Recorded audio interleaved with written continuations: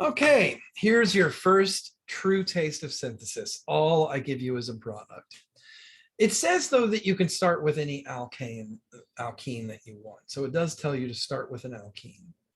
And so let's take a look at what kind of product that we form, because that's what we want to do first.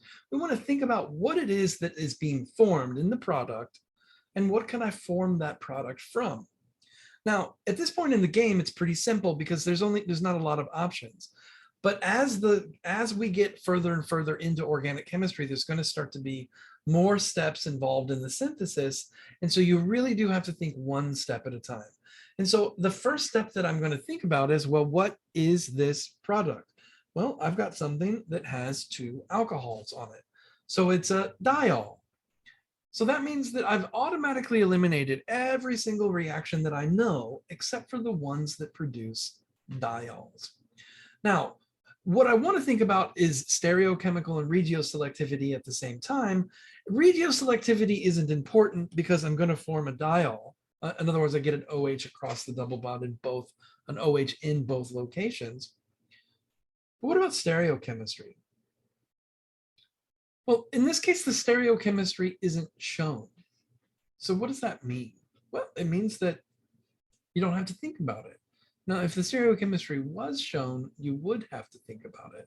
So it would become important, and it would narrow down the possible set of right answers. But it isn't shown. And so that means that all three reactions that form diols are correct answers to the problem. And so I start with my benzene ring, and I'm going to have a double bond, and that double bond is going to connect to another benzene ring.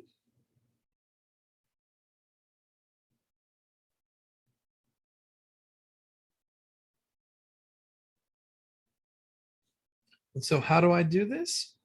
Well, I've got lots of possibilities. One possibility would be anti-addition, R2CO3H, peroxy acid, followed up by acid workup. That would do it, but that would create an anti-addition. But since the stereochemistry isn't specified, it doesn't matter. That's still a right answer.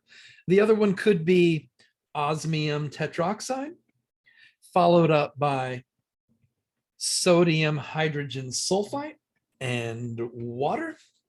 That would form syn dihydroxylation. And the other option is one we have seen recently, potassium permanganate, sodium hydroxide, and cold weather. Okay, all of these are correct answers since the stereochemistry isn't shown.